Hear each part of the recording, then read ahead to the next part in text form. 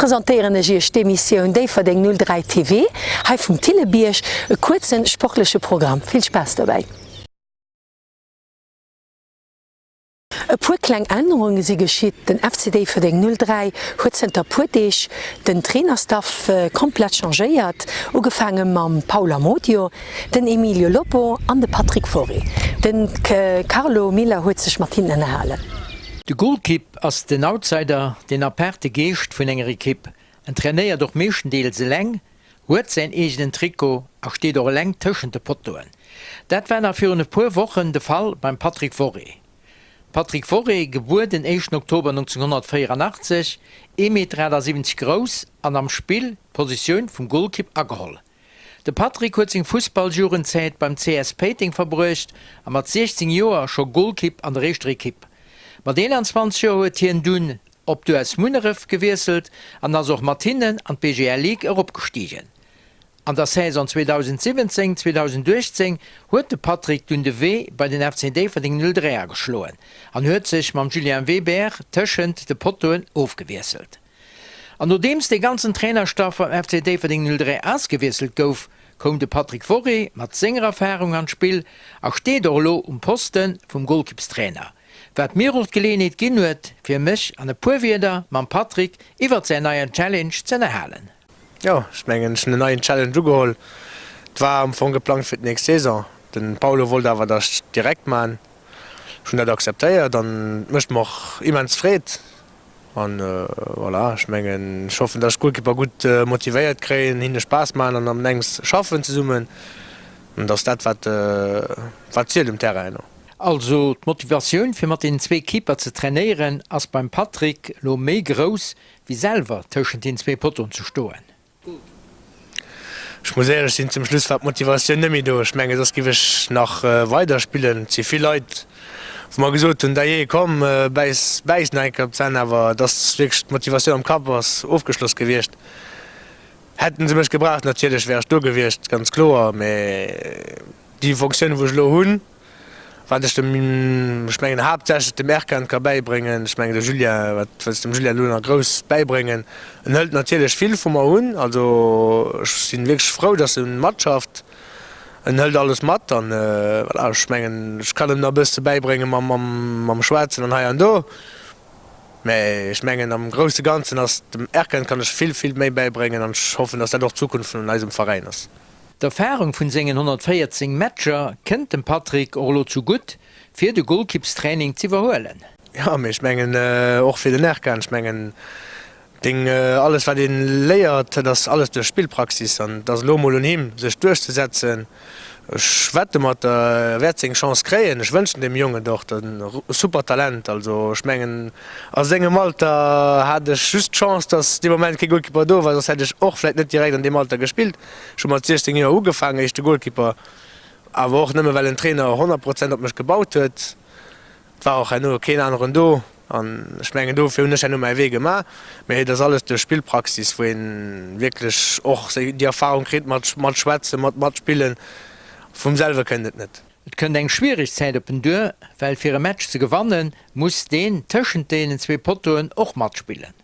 Ja, natürlich. Ich meine, fängt beim Goalkeeper an, wenn der keinen Angeschoss kriegt, dann spielt man 0-0. Aber ich meine, das ist in der ganzen Equipe. 4 bis hin, alle Guten am selben Strang zu ziehen, das ist nicht nur der Goalkeeper. Natürlich zum Schluss. Als immer der Goalkeeper die ärmste Sau. Ich meine, jeder soll am selben Strang ziehen, ob Uwe bei oder nicht Uwe bei. Ich meine, jeder soll sich Riemen rappen und voilà. Ich meine, jeder weiß, was er muss weisen. Heute weisen wir ein paar Bilder von unseren Mädchen beim Match gegen Danton Zebra Itzig.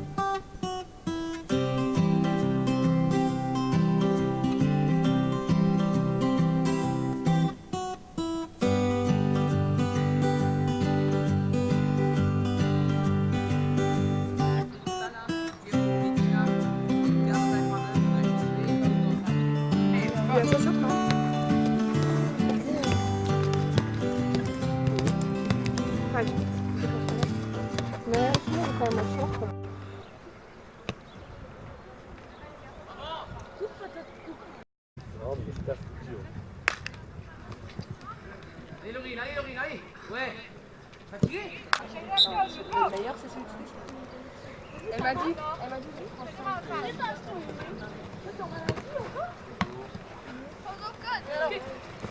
Voilà. Tiens le coup.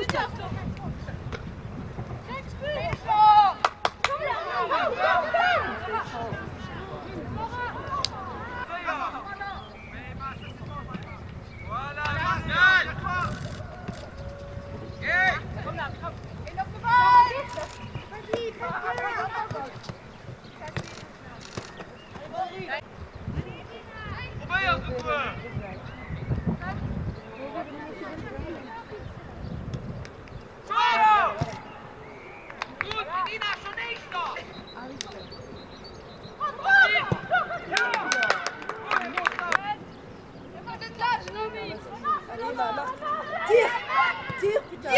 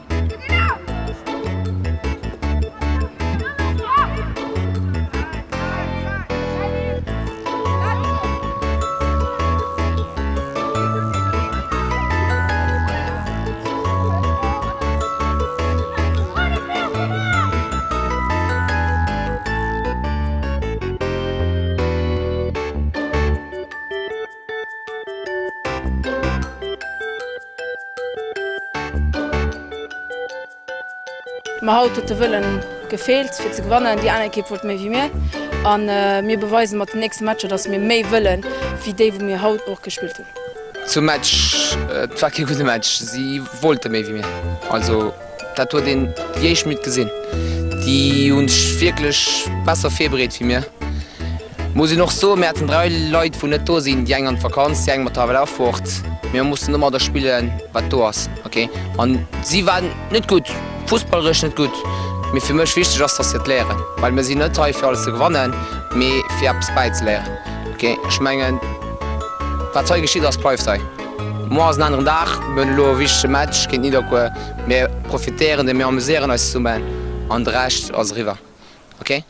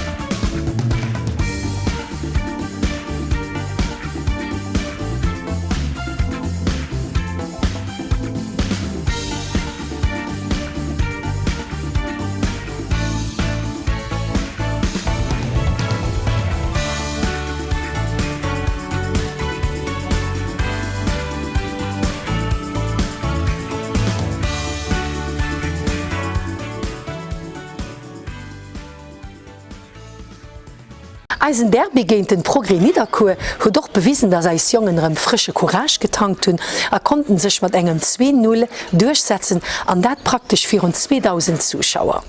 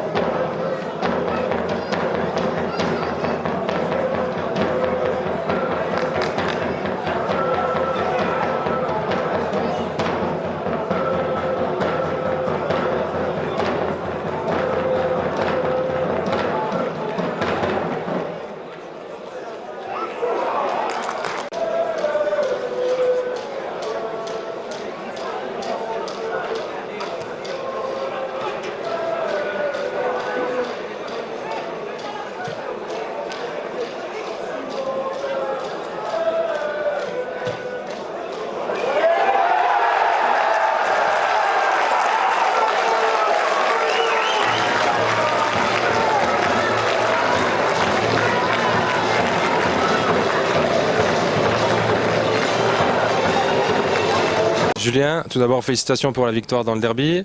Petite question, qu'est-ce que ça te fait de ne pas prendre de but aujourd'hui?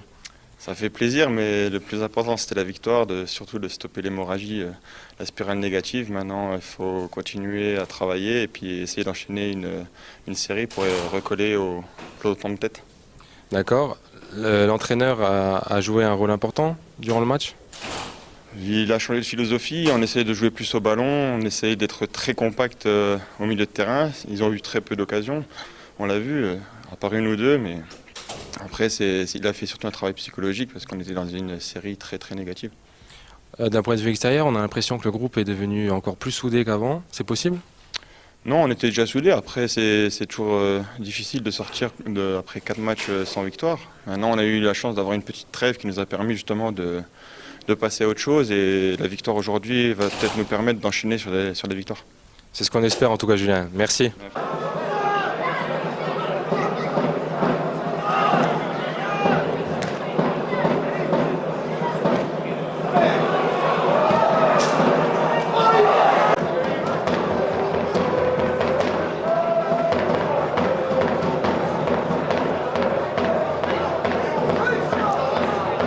enfin une victoire en 2019, on l'attendait. Qu'est-ce que vous pensez du match?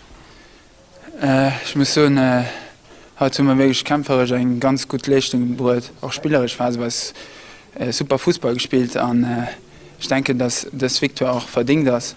Ich meine, ich kann mich schon nicht erinnern, dass sie große Occasionen hatten. Und wirklich, aber Chapeau und die ganze Equipe und der ganze Kader, weil es geht just zusammen und ich meine, das haben wir halt bewiesen. Est-ce que tu ressens le changement de dynamique dans le groupe depuis l'arrivée du nouvel entraîneur? Ich will nicht größer an die Passe gucken. Ich meine, heute habe ich gesehen, dass einfach es war ein Schwung da, dass Ruck durch die Equipe kam. Und ich muss sagen, dass wir wirklich gut gespielt haben und dass wir da aber nicht durchstehen müssen bleiben und einfach weiter an der Dynamik fahren und dann einfach das Maximum rausholen, weil dann letzte Match möglich ist. Und da gesehen ich das auch positiv entgeht.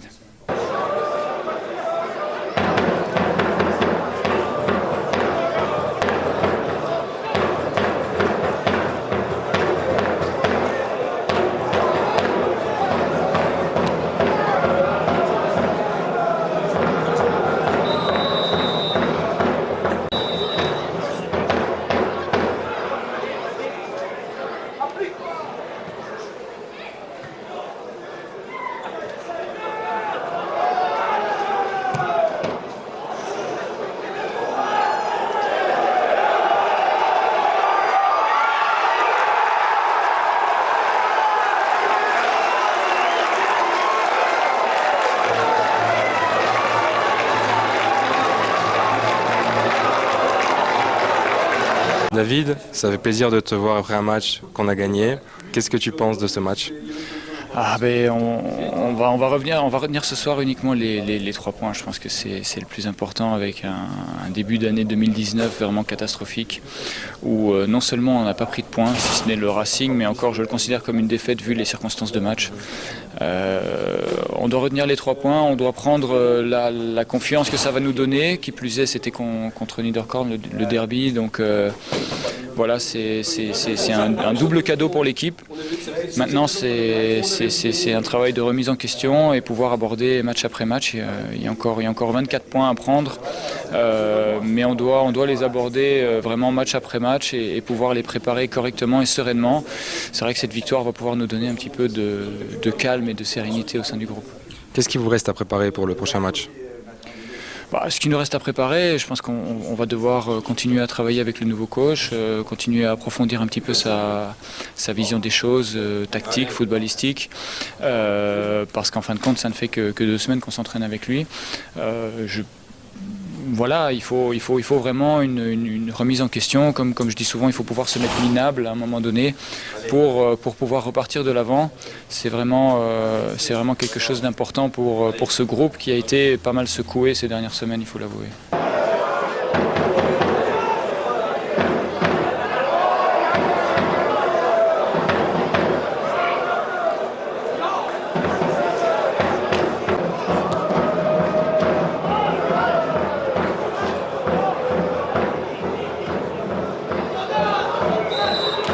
Polo, tout d'abord félicitations pour cette belle victoire en derby.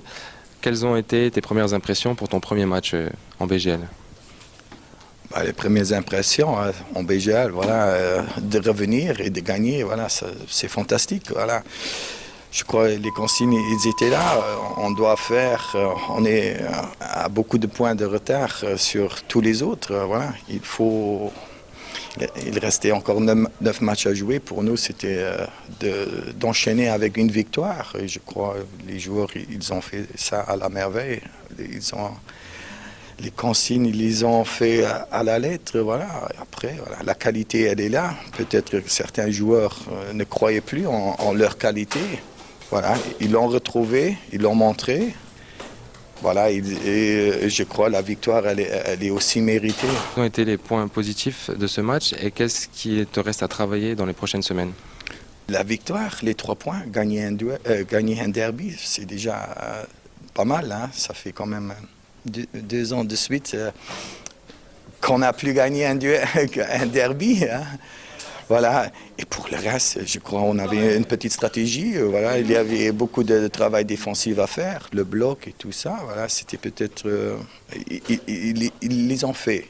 Les joueurs offensifs, les joueurs du milieu, voilà. Le bloc, il y était. Voilà. Maintenant, il y avait encore possibilité de jouer peut-être 2-3 fois un contre où la dernière passe ne parvenait pas. Sinon, on aurait peut-être, mais on est déjà très très content avec un 2-0. Mais du travail, il reste du travail à faire. On voit après un bout de temps, voilà, que certains joueurs ils étaient épuisés. Maintenant, il faut doser. Et voilà, il faut doser et attaquer les autres 8 matchs comme on l'a fait maintenant.